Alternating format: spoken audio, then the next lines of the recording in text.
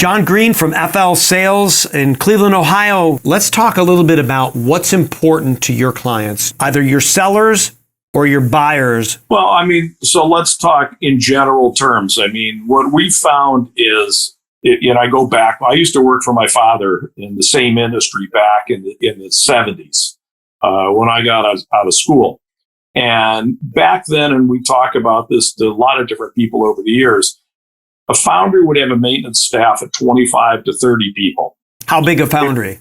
A normal, medium-sized foundry. Okay. Medium-sized foundry. That just sounds like a large maintenance staff to me. That's why I asked. Well, this is the point. What would happen is they would come to my father's warehouse and say, Earl, I don't want you to touch the machine. I want to know where the problems are. I want to know where the leaks are. And we have a big enough staff. We'll buy it just as it is. We'll take it back and we'll do the work to it. Now we're much leaner operations. The same foundry might have a staff of 5 or 6 people. Okay. They're working 24/7. They're busy as hell. So they'll come in and they'll say, John, I don't want to see the leaks. I want you to bring that machine, clean it, paint it, repair it, and have it ready to be set on my floor.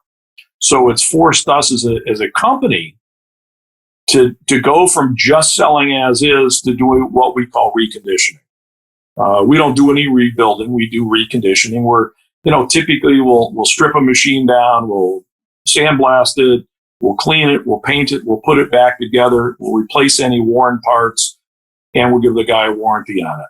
So he knows he can take that machine and put it right on his floor, plug it in electrically, and he's ready to go. Do you think that that's a change in management style, or is that because people have thinned down their staff? What drove that change? Well, I think it's a combination of both. You've got automation, which has helped dramatically in foundries.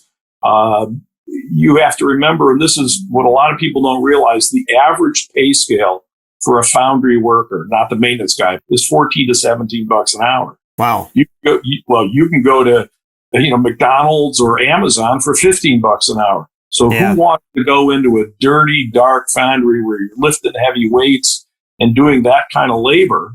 So they're having a very, very tough time finding labor for their foundries.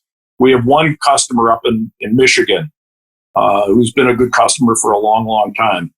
And he has gone to Puerto Rico and brought back hundreds of people, houses them, feeds them, buses them to the plant just so he can get workers. Wow. That's fascinating stuff. And I don't think that it's necessarily limited to the foundry industry. I think that finding, good hard workers in jobs that may not be glamorous, that don't pay a lot of money, is a real challenge. And I know that when we do appraisal work, and we're in many, many different industries and many different factories, 9 out of 10 times, and it's been this way for years and years, one of the single largest challenges for the people that we talk to is finding good employees that are trustworthy and work hard. And qualified. That's the key. And qualified.